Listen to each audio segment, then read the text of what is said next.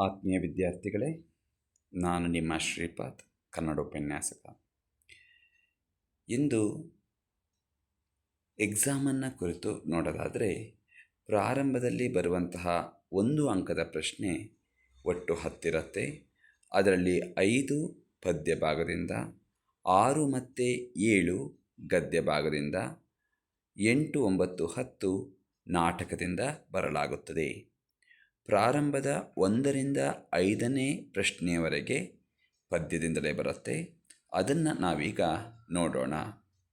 ಕದಳಿದ ಸಲ್ಲಂ ತಿಳಿವಂದದೆ. ರಾವಣನ ಎದುರು ಪ್ರತ್ಯಕ್ಷವಾದ ವಿದ್ಯಾದೇವತೆ ಯಾರು? ಬಹುರೂಪಿಣಿ ವಿದ್ಯೆ. ಯಾರನ್ನು ಕೊಲ್ಲುವುದಿಲ್ಲ ಎಂದು ವಿದ್ಯಾದೇವತೆ ಹೇಳಿತು? ರಾಮಲಕ್ಷ್ಮಣರನ್ನು. ಮಯತನುಜೆ ಎಂದರೆ ಯಾರು? ಮಂಡೋದರಿ. ಸೀತೆಯನ್ನು ರಾವಣ ಎಲ್ಲೇರಿಸಿದ್ದ? ಪ್ರಮದವನದಲ್ಲಿ. ರಾವಣನ ಆಗಮನವನ್ನು ಸೀತೆಗೆ ತೋರಿಸಿದವರು ಯಾರು? ಕಚರಕಾಂತೆಯರು. ಸೀತೆ ಯಾವುದನ್ನು ಹುಲ್ಲಿನ ಸಮಾನ ಎಂದು ಭಾವಿಸಿದಳು? ರಾವಣನ ರೂಪವನ್ನು. ರಾವಣನಿಗೆ ಯಾರ ಬಗ್ಗೆ ವೈರಾಗ್ಯ ಮೂಡಿತು? ಸೀತೆಯ ಬಗ್ಗೆ. ವಿಭೀಷಣ ಯಾರು? ರಾವಣನ ಸಹೋದರ. ಸೌಮಿತ್ರಿ ಎಂದರೆ ಯಾರು? ಲಕ್ಷ್ಮಣ. ಸೀತೆ ರಾವಣನನ್ನು ಏನೆಂದು ಬೇಡಿಕೊಂಡಳು? ಯುದ್ಧ ಭೂಮಿಯಲ್ಲಿ ರಾಮನ ಆಯಸ್ಸು ಇರುವವರೆಗೆ ಪ್ರಮದವನಕ್ಕೆ ಬರಬೇಡ ಎಂದು ಬೇಡಿಕೊಂಡಳು. ವಚನಗಳು: ತನು ಯಾವಾಗ ಕರಗಬೇಕು? ಮನ ಮನ ಬೆರೆತಾಗ. ಯಾರ ಕೈಯಲ್ಲಿ ದರ್ಪಣವಿದ್ದು ಫಲವಿಲ್ಲ? ಅಂಧಕನ ಕೈಯಲ್ಲಿ. ಬಸವಣ್ಣನವರ ವಚನದ ಅಂಕಿತ ಯಾವುದು?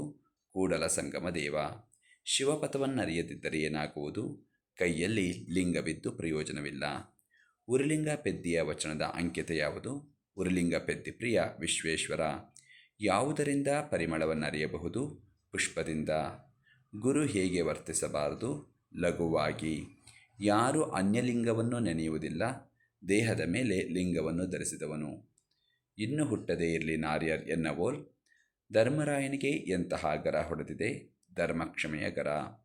ಅಣ್ಣನ ಆಜ್ಞೆಯಲ್ಲಿ ಭ್ರಮಿತನಾದವನು ಯಾರು? ಅರ್ಜುನ. ಪಾಂಚಾಲ ನಂದನೆ ಎಂದರೆ ಯಾರು? ದ್ರೌಪದಿ. ರಾಜಸಭೆಯೊಳಗೆ ದ್ರೌಪದಿಯನ್ನು ಒದೆದವರು ಯಾರು? ಕೀಚಕ. ಯಾರನ್ನು ಯಮಲೋಕಕ್ಕೆ ಕಳುಹಿಸಲು ದ್ರೌಪದಿ ಭೀಮನಿಗೆ ಹೇಳುತ್ತಾಳೆ? ಕೀಚಕನನ್ನು. ಗಂಡರೋ ನೀವು ಬಂಡರೋ ಎಂದು ಕೇಳಿದವಳು ಯಾರು? ದ್ರೌಪದಿ. ಇನ್ನು ಹುಟ್ಟದೇ ಇರಲಿ ನಾರ್ಯರ್ ಎನ್ನವೋಲ್ ಎಂದವರು ಯಾರು? ದ್ರೌಪದಿ. ಅರಣ್ಯವಾಸದಲ್ಲಿದ್ದಾಗ ದ್ರೌಪದಿಯನ್ನು ಎಳೆದೊಯ್ದವರು ಯಾರು? ಸೈಂಧವ. ಮನದೊಳಗೆ ಹಗೆಯನ್ನು ಹಿಂಡಿದವರು ಯಾರು? ಭೀಮ. ಯಾರ ಬಸುರನ್ನು ಬಗೆಯುವುದಾಗಿ ಭೀಮ ಹೇಳುತ್ತಾನೆ? ಕೀಚಕ. ಜಾಲಿಯ ಮರದಂತೆ. ಜಾಲಿಯ ಮರದಂತಿರುವವರು ಯಾರು? ದುರ್ಜನರು. ಯಾರಿಗೆ ನೆರಳು ಸಿಗುವುದಿಲ್ಲ? ಬಿಸಿಲಲ್ಲಿ ಬಳಲಿ ಬಂದವರಿಗೆ. ಜಾಲಿಯ ರಸಾಸ್ವಾದ ಹೇಗಿರುತ್ತದೆ? ವಿಷದಂತಿರುತ್ತದೆ. ದುರ್ಗಂಧ ಬೀಳದಿರುವುದು ಯಾವುದು? ಊರ ಹಂದಿ. ಯಾವ ಮಾತಿಗೆ ಕೊನೆಯಿಲ್ಲವೆಂದು ಪುರಂದರದಾಸರು ಹೇಳಿದ್ದಾರೆ? ಭಿನ್ನಾಣದ ಮಾತಿಗೆ. ಜಾಲಿಯ ಮುಳ್ಳು ಹೇಗೆ ಆವರಿಸಿದೆ? ಮೂಲಾಗ್ರ ಪರ್ಯಂತ. ತತ್ವಜ್ಞಾನವನ್ನು ಕೇಳಿದವರು ಯಾರು? ಘೋರ ಪಾಪಿ. ಬೆಳಗುಜಾವ. ಜೇನ್ನೊಣದ ಹೆದೆಗೆ ಹೂಬಾಣ ಹೂಡಿದವರು ಯಾರು? ಮಾರ. ಬೇಟೆಗಾರ ಯಾರು? ಬೆಳಕು. ಹುಸಿನಿದ್ದೆ ಸಾಕು ಎಂದು ಕವಿ ಯಾರಿಗೆ ಹೇಳುತ್ತಾರೆ? ಮಕ್ಕಳಿಗೆ. ಯಾವುದಕ್ಕೆ ಸೆಳವಿದೆ ಎಂದು ಕವಿ ಆಶಿಸುತ್ತಾನೆ? ಜೀವನದ ನದಿಗೆ. ಕವಿಯ ಪ್ರಕಾರ ಯಾವುದು ಮತ್ತೆ ಚಿಗುರುತ್ತದೆ? ಮರ. ಯಾವುದು ಚಿಂತಾನದಿ ಮುಳುಗಿರಲಿ ಎಂದು ಕವಿ ಆಶಿಸುತ್ತಾರೆ?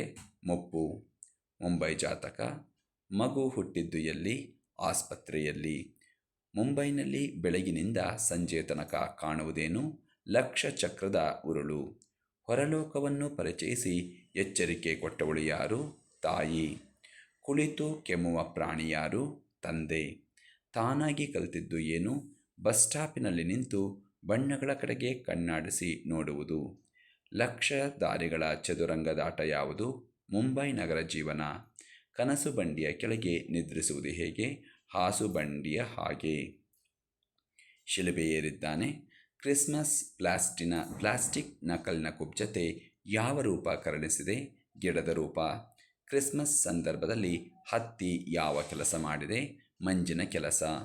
ಶಿಲುಬೆ ಏರಿದವರು ಯಾರು? ಜೀಸಸ್. ಜೀಸಸ್ನ ಮುಖಮುದ್ರೆ ಏನನ್ನು ನುಡಿಯುವಂತಿದೆ?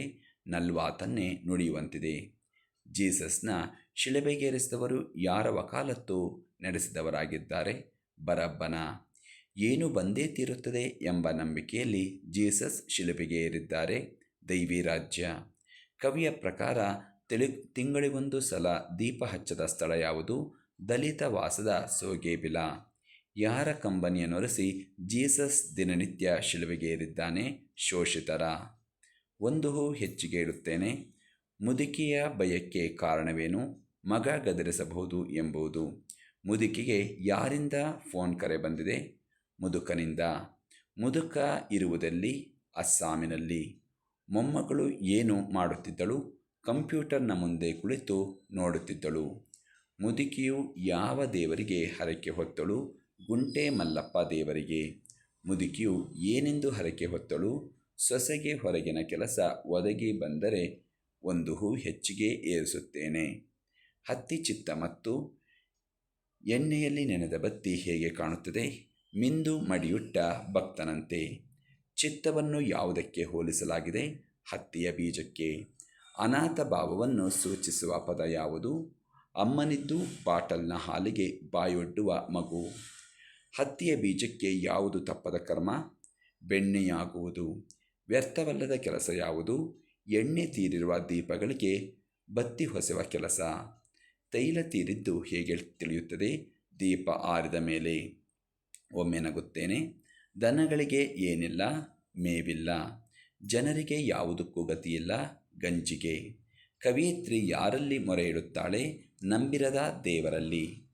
ಕವಿಯಿತ್ರಿ ಯಾವುದಕ್ಕೆ ಧಿಕ್ಕಾರವಿರಲಿ ಎನ್ನುತ್ತಾಳೆ? ದೀನ ದಲಿತತನಕ್ಕೆ. ಜನರನ್ನು ಯಾವುದರಿಂದ ಪಾರು ಮಾಡುತ್ತೇನೆಂದು ಕವಿಯಿತ್ರಿ ಹೇಳುತ್ತಾಳೆ? ದಗೆಯಿಂದ ಹಾಗೂ ಹೊಗೆಯಿಂದ. ಪಗೆಯಂಬಾಲಕರೆಂಬರೆ ಹಲವು ಹಳ್ಳಗಳು ಸೇರಿ ಏನಾಗುತ್ತದೆ? ಸಮುದ್ರ. ನಿಷ್ಪ್ರಯೋಜಕನಾದ ಮಗ ಯಾರು? ಮುಪ್ಪಿನಲ್ಲಾಗದವನು. ಹಗೆಯನ್ನು ಏನೆಂದು ಉಪೇಕ್ಷಿಸಬಾರದೆಂದು ಸೋಮನಾಥ ಹೇಳಿದ್ದಾನೆ? ಬಾಲಕನೆಂದು. ವೀರನಾದವನು ಏನನ್ನೂ ಬಲ್ಲವನಾಗಿರಬೇಕೆಂದು ಸೋಮನಾಥ ಹೇಳುತ್ತಾನೆ? ಇರಿಯಲು ಬಲ್ಲವನಾಗಿರಬೇಕು. ಯಾರನ್ನು ಯೋಗಿ ಎನ್ನಬಹುದು? ಅರಿಷಡ್ ವರ್ಗವನ್ನು ಗೆದ್ದವನು. ಹಬ್ಬಲಿ ಅವರ ರಸಬಳ್ಳಿ. ಉತ್ತಮರ ಗೆಳೆತನ ಹೇಗಿರಬೇಕು? ಪುತ್ಥಳಿಯ ಬಂಗಾರದಂತೆ. ಮಂದಿ ಮಕ್ಕಳೊಂದಿಗೆ ಹೇಗಿರಬೇಕು? ಚೆನ್ನಾಗಿ ಹೊಂದಿಕೊಂಡಿರಬೇಕು. ಎಂತಹ ನೆರೆಯವರು ಇರಬೇಕು? ಬುದ್ಧಿವಂತರು ನೆರೆಯಿರಬೇಕು. ಬ್ಯಾಸಿಗೆ ದಿವಸಕ್ಕೆ ಯಾವ ಮರ ತಂಪು? ಬೇವಿನ ಮರ. ತಾಯಿಯನ್ನು ಯಾವುದಕ್ಕೆ ಹೋಲಿಸಲಾಗಿದೆ? ಜ್ಯೋತಿಗೆ. ಹೆಣ್ಣು ಮಕ್ಕಳ ದುಃಖವನ್ನು ಬಲ್ಲವರು ಯಾರು? ತಾಯಿ ಅಥವಾ ಹಡೆದವ್ವ. ಗರತಿಯು ಹಾಲುಂಡತವರಿಗೆ ಏನೆಂದು ಹರಿಸುತ್ತಾಳೆ? ಹೊಳೆಯ ದಂಡೆಯ ಮೇಲಿರುವ ಕರಿಕೆಯ ಕುಡಿಯಂತೆ ಅವರ ರಸಬಳ್ಳಿ ಹಬ್ಬಲಿ ಎಂಬುದಾಗಿ. ಗದ್ಯಭಾಗ. ಮುಟ್ಟಿಸಿಕೊಂಡವನು. ಬಸಲಿಂಗನ ಹೆಂಡತಿಯ ಹೆಸರೇನು? ಸಿದ್ಲಿಂಗಿ. ಬಸಲಿಂಗನಿಗೆ ಕಾಣಿಸಿಕೊಂಡ ತೊಂದರೆ ಯಾವುದು? ಕಣ್ಣು ನೋವು. ಬಸಲಿಂಗನಿಗೆ ಮೊದಲು ಯಾವ ಕಣ್ಣಿನಲ್ಲಿ ನೋವು ಆರಂಭವಾಯಿತು? ಎಡಗಣ್ಣಿನಲ್ಲಿ. ಮುಟ್ಟಿಸಿಕೊಂಡವನು ಕಥೆಯಲ್ಲಿ ಬರುವ ಸರ್ಕಾರಿ ಆಸ್ಪತ್ರೆಯ ವೈದ್ಯರ ಹೆಸರೇನು? ಡಾಕ್ಟರ್ ತಿಮ್ಮಪ್ಪ. ಸರ್ಕಾರಿ ಆಸ್ಪತ್ರೆಯ ಬಗ್ಗೆ ಬಸಲಿಂಗನಲ್ಲಿದ್ದ ಅಭಿಪ್ರಾಯವೇನು? ದಿಕ್ಕು ದಿವಾಳಿ ಇಲ್ಲದವರು ಹೋಗುವ ಜಾಗ. ಬಸಲಿಂಗನು ಡಾಕ್ಟರ್ ತಿಮ್ಮಪ್ಪನಿಗೆ ಏನೆಂದು ಸುಳ್ಳು ಹೇಳಿದ? ತಲೆಗೆ ನೀರನ್ನು ಸೋಕಿಸಿಕೊಂಡಿಲ್ಲ. ವಾಲ್ಪರೈ ಅಭಿವೃದ್ಧಿ ತಂದ ದುರಂತ. ವಾಲ್ಪರೈಗೆ ಬಂದ ಬ್ರಿಟಿಷ್ ಪ್ರಜೆ ಯಾರು? ಕಾರ್ವೇರ್ ಮಾರ್ಷ್. ಮಾರ್ಷ್ ವಾಲ್ಪರೈಗೆ ಬಂದದ್ದು ಯಾವಾಗ? 1890ರಲ್ಲಿ. ಮಾರ್ಷ್ನ ಜೊತೆಗಾರನ ಹೆಸರೇನು? ಪುಣಚಿ. ಕೆಂಪು ಪಟ್ಟಿಗೆ ಸೇರಿದ ಪ್ರಾಣಿ ಯಾವುದು? ಸಿಂಹಬಾಲ್ದ ಕೋತಿ. ವಾಲ್ಪರೈನ ದುರಂತದ ಮೂಲ ಬೀಜಗಳು ಯಾವ ರೂಪದಲ್ಲಿ ಬಂದವು? ಚಹಾ ಗಿಡದ ರೂಪದಲ್ಲಿ. ಬ್ರಿಟಿಷರಲ್ಲಿ ಹಾಯ್ದು ಬಂದಿರುವ ಆನುಷಂಗಿಕ ಗುಣ ಯಾವುದು? ಹೊಸದನ್ನು ಶೋಧಿಸುವ ಹಾಗೂ ಅನ್ವೇಷಿಸುವ. ಆಯ್ಕೆಯದೇ ನಮ್ಮ ಕೈಯಲ್ಲಿ. ಲೇಖಕಿಯ ಪತಿ ಯಾವ ತೊಂದರೆಯಿಂದ ಬಳಲುತ್ತಿದ್ದರು? Kidney stone. ಕಿಡ್ನಿ ಸ್ಟೋನ್ ಬಗ್ಗೆ ತಿಳಿಯಲು ಲೇಖಕಿ ಯಾರನ್ನು ಭೇಟಿಯಾದರು? ಕಮಲಾ ಮೇಡಮ್, ಮುದ್ದೇಗೌಡರು. ಅದೃಷ್ಟದ ಪ್ರಶ್ನೆ ಬಂದಾಗ ಲೇಖಕಿಗೆ ಯಾರು ನೆನಪಾಗುತ್ತಾರೆ? ಸೀತಾ. ದುರಾಶೆಯ ಹುಡುಗನನ್ನು ನಿರಾಕರಿಸಿದವರು ಯಾರು? ನಿಶಾ ಶರ್ಮಾ. ಲೇಖಕಿಯ ಪತಿಯನ್ನು ಸೋನೋಗ್ರಫಿ ರೂಮಿಗೆ ಕರೆದೊಯ್ದುದೇಕೆ? ಕಲ್ಲು ಇರುವ ಸ್ಥಳದಿಂದ ಚಲಿಸಿದೆಯೇ ಎಂದು ತಿಳಿಯಲು. ಲೇಖಕಿಗೆ ಯಾವಾಗ ರೀಗಿ ಹೋಗುತ್ತದೆ? ಏನು ಮಾಡೋಕ್ಕಾಗುತ್ತೆ? ಎಲ್ಲ ಹಣೆಬರ ಆಗೋದು ಆಗೇ ಆಗುತ್ತೆ ಎಂದು ಹೇಳಿದಾಗ. AR ಕೃಷ್ಣಶಾಸ್ತ್ರಿಗಳು ಎಲ್ಲಿ ನಡೆದ ಸಾಹಿತ್ಯ ಸಮ್ಮೇಳನದ ಅಧ್ಯಕ್ಷರಾಗಿದ್ದರು? ಹೈದರಾಬಾದ್ನಲ್ಲಿ. ನಮ್ಮ ದೇಶದಲ್ಲಿ ಕೀಲವಾಗಿ ಹೋದ ಧರ್ಮ ಯಾವುದು? ಬೌದ್ಧ ಧರ್ಮ. ಪ್ರಾಂತೀಯ ಭಾಷೆಗಳ ಸ್ಥಳವನ್ನು ಆಕ್ರಮಿಸುತ್ತಿರುವ ಭಾಷೆಗಳು ಯಾವುದು? ಹಿಂದಿ, ಇಂಗ್ಲಿಷ್. ಸ್ಥಳೀಯ ಭಾಷೆ ಕಲಿಯದ ಅನ್ಯ ಭಾಷಿಗರು ಏನಾಗುತ್ತಾರೆ? ದ್ವೀಪಜೀವಿಗಳು. ಕನ್ನಡದ ಮೂಲಕ ಕಲಿತ ಶ್ರೇಷ್ಠ ವಿಜ್ಞಾನಿ ಯಾರು? Doctor CNR Rao. ನಮ್ಮ ರಾಜ್ಯದಲ್ಲಿ ನಾವೇ ತಬ್ಬಲಿಗಳಾಗುತ್ತಿರುವವರು ಯಾರು? ಕನ್ನಡಿಗರು. ಬದುಕು ಯಾವುದನ್ನು ಬಿಟ್ಟಿರುವುದಿಲ್ಲ? ಭಾಷೆಯನ್ನು. ಯಾವ ಮರ್ಯಾದೆಯನ್ನು ನಾವು ಮೀರಬಾರದು? ಯಾವ ಭಾಷೆಗೆ ಯಾವ ಸ್ಥಾನವಿರಬೇಕೋ ಆ ಮರ್ಯಾದೆಯನ್ನು ನಾವು ಮೀರಬಾರದು. ಯಾವುದು ನಮ್ಮ ಮೈಗೆ ಹತ್ತುವುದು? ನಮ್ಮ ಭಾಷೆಯಲ್ಲಿ ಓದಿದ್ದು. ಕನ್ನಡದ ಸಮಸ್ಯೆಗಳಿಗೆ ಪರಿಹಾರ ದೊರಕಿಸಲು ನಾವು ಏನು ಮಾಡಬೇಕು? ಪ್ರತಿಯೊಬ್ಬ ಕನ್ನಡಿಗನು ಪ್ರತಿಯೊಂದು ಅಂಗುಲದಲ್ಲೂ ಕನ್ನಡಿಗನಾಗಬೇಕು. ದಣಿಗಳ ಬೆಳ್ಳಿಲೋಟ. ದಣಿಗಳ ಮನೆಯ ಪಕ್ಕದಲ್ಲಿ ಹರಿಯುತ್ತಿದ್ದ ಹೊಳೆ ಯಾವುದು? ಶಾಂಭವಿ ಹೊಳೆ. ಗುಡ್ಡ ಹೊಳೆಯಲ್ಲಿ ಯಾವ ಆಟ ಆಡುತ್ತಿದ್ದ? ಮುಸರೆ ಪಾತ್ರೆಗಳಲ್ಲಿ ಮರಿಮೀನನ್ನು ಹಿಡಿಯುವ ಆಟ. ದಣಿಗಳ ಹೆಸರೇನು? ವೆಂಕಪ್ಪಯ್ಯ. ಬೆಳ್ಳಿಲೋಟ ಲಪಟಾಯಿಸಿದ ಅಪರಾಧವನ್ನು ಯಾರ ಮೇಲೆ ಹೊರಿಸಲಾಯಿತು? ಕುದುಪನ ಕುಟುಂಬದ ಮೇಲೆ. ದಣಿ ಎಂದಿಗೂ ಯಾರನ್ನು ನಂಬುವುದಿಲ್ಲ? ಒಕ್ಕಳು ಮಕ್ಕಳನ್ನು.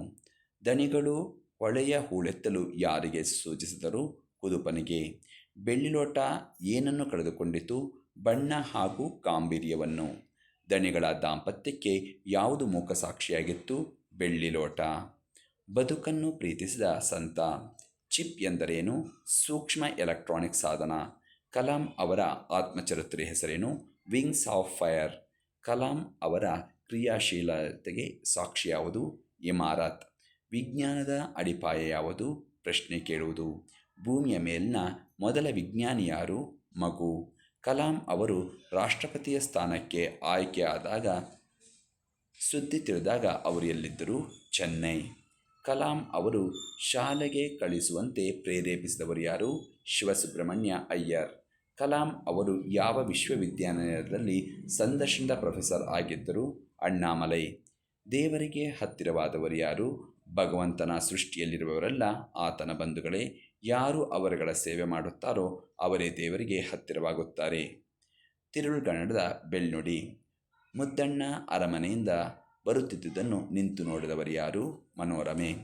ಯಾವ ಕತೆ ಹೇಳಬೇಕೆಂದು ಮನೋರಮೆ ಕೇಳಿದಳು? ರಾಮಾಯಣದ ಯಾವುದಾದರೂ ಒಂದು ಕತೆ. ಶೇಷನು ರಾಮಾಯಣದ ಕಥೆಯನ್ನು ಯಾರಿಗೆ ಹೇಳಿದನು? ವಾತ್ಸಾಯನನಿಗೆ. ಎಂತಹ ಗದ್ಯದಲ್ಲಿ ಕತೆ ಹೇಳಬೇಕೆಂದು ಮನೋರಮೆ ಕೇಳಿದಳು? ಹೃದ್ಯಮಪ್ಪ ಗದ್ಯದಲ್ಲಿ. ಮನೋರಮೆ ಬಹುಮಾನವಾಗಿ ಏನನ್ನು ಕೊಡುವೆನೆಂದಳು? ತನ್ನನ್ನೇ ತಾನು ಕೊಡುವೆನೆಂದಳು. ವಸುದೆಗೆ ಒಡೆಯನೆನಿಸಿದವನು ಯಾರು? ಶ್ರೀರಾಮಚಂದ್ರ. ಕನ್ನಡವು ಕಸ್ತೂರಿಯಲ್ಲವೇ ಎಂದವರು ಯಾರು? ಮನೋರಮೆ. ಹಳ್ಳಿಯ ಚಹಾ ಹೋಟೆಲ್. ಕಲಿಯುಗದ ಅಮೃತ ಯಾವುದು? ಚಹಾ. 3 ಕಾಲಿನ ಕುರ್ಚಿ ಎಲ್ಲಿದೆ? ಹಳ್ಳಿಯ ಚಹಾ ಪಳಾರದ ಅಂಗಡಿಯಲ್ಲಿ. ಎತ್ತುಗಳು ಗಕ್ಕೆಂದು ಎಲ್ಲಿ ನಿಲ್ಲುತ್ತವೆ? ಪಳಾರದ ಅಂಗಡಿಯ ಮುಂದೆ. ಬಾಯಿ ಚಪಲ ಯಾರಿಗೆ ಜಾಸ್ತಿ? ವೃದ್ಧರಿಗೆ, ಪೆನ್ಷನ್ದಾರರಿಗೆ. ಯಾರ ಬಗ್ಗೆ ಮೂಕರ್ಜಿಯ ದೂರನ್ನು ಹಳ್ಳಿಗರು ನೀಡುತ್ತಾರೆ? ಹೆಡ್ ಮಾಸ್ಟರ್ ಬಗ್ಗೆ. ಲೋಕಲ್ ಸುದ್ದಿಗಳು ಎಲ್ಲಿ ಪ್ರಾಶಸ್ತ್ಯ? ಹಳ್ಳಿಯ ಚಹಾ ಹೋಟೆಲ್ಗಳಲ್ಲಿ. ಲೇಖಕರು ಹೇಳುವ ಹಳ್ಳಿಯ ಹೋಟೆಲ್ನ ಹೆಸರೇನು? ಚಂದ್ರಭವನ. ಯಾವುದಕ್ಕೆ ಭೇಟಿ ಕೊಡಬೇಕೆಂದು ಲೇಖಕರು ಹೇಳುತ್ತಾರೆ? ಹಳ್ಳಿಯ ಚಹಾ ಪಳಾರದ ಅಂಗಡಿಗೆ. ಲೇಖಕರ ದೃಷ್ಟಿಯಲ್ಲಿ ಹಳ್ಳಿಯ ಚಹಾದ ಅಂಗಡಿ ಹೇಗೆ? ವಾರ್ತಾ ಇಲಾಖೆ ಇದ್ದಂತೆ. ಕಲ್ಲಪ್ಪನ ಗೂಢ ಪ್ರಶ್ನೆ ಯಾವುದು? ಆ ಶಿವಶರಣಪ್ಪನಿಗೆ ಅಷ್ಟು ಸುಂದರ ಹೆಂಡತಿ ಯಾಕಿರಬೇಕು ಎಂದು. ಕೃಷ್ಣೇಗೌಡರ ಆಣೆ. ನಿರೂಪಕರಿಗೆ ಯಾವ ಕೆಲಸ ಕಾಯಂ ಆಗಿತ್ತು? ಜೀಪನಾಡಿ ಮಲಗಿ ಗೇರ್ ಬಾಕ್ಸ್ ಬಿಚ್ಚಿ ರಿಪೇರಿ ಮಾಡುವ ಕೆಲಸ ಕಾಯಂ ಆಗಿತ್ತು. ದುರ್ಗಪ್ಪ ಏನನ್ನು ಕೇಳಿ ಪಡೆಯಲು ಬಂದಿದ್ದನು? ಕೊಡಲಿ. ದುರ್ಗಪ್ಪನ ಪ್ರಕಾರ ತರ್ಲೆ ಡಿಪಾರ್ಟ್ಮೆಂಟ್ ಯಾವುದು? Telephone department. ಕೃಷ್ಣೇಗೌಡನ ಆನೆ ಮೊದಲು ಯಾವ ಮಠದಲ್ಲಿತ್ತು? ಗೂಳೂರು ಮಠ. ಕೃಷ್ಣೇಗೌಡನ ಆನೆಯ ಹೆಸರೇನು? ಗೌರಿ. ಆನೆಗೆ ಜಗದ್ಗುರುಗಳನ್ನು ಹೊರುವ ಕೆಲಸ ತಪ್ಪಿ ಹೋದದ್ದು ಏಕೆ? ಜನರೇ ಜಗದ್ಗುರುಗಳನ್ನು ಅಡ್ಡಪಲ್ಲಕ್ಕಿಯಲ್ಲಿ ತಮ್ಮ ಹೆಗಲ ಮೇಲೆ ಹೊರತೊಡಗಿದ್ದರಿಂದ ಆನೆಗೆ ಜಗದ್ಗುರುಗಳನ್ನು ಹೊರುವ ಕೆಲಸ ತಪ್ಪಿಹೋಯಿತು. ಆನೆಯ ಮಾವುತನ ಹೆಸರೇನು? ವೇಲಾಯುಧ. ರಹಮಾನ್ ಐ ವಿಟ್ನೆಸ್ ಎಂದು ಯಾರನ್ನು ತೋರಿಸಿದ? ಜುಬೇದ. ನಿರೂಪಕರ ಇಕಲಾಜಿಸ್ಟ್ ಗೆಳೆಯ ಯಾರು? ಪ್ರಕಾಶ್. ಆನೆ ಇಲ್ಲದ್ದರಿಂದ ವೇಲಾಯುಧ ಎಲ್ಲಿ ಕೆಲಸಕ್ಕೆ ಸೇರಿದ ಶಿವೇಗೌಡರ ಸ್ಯಾಮಿಲ್ನಲ್ಲಿ.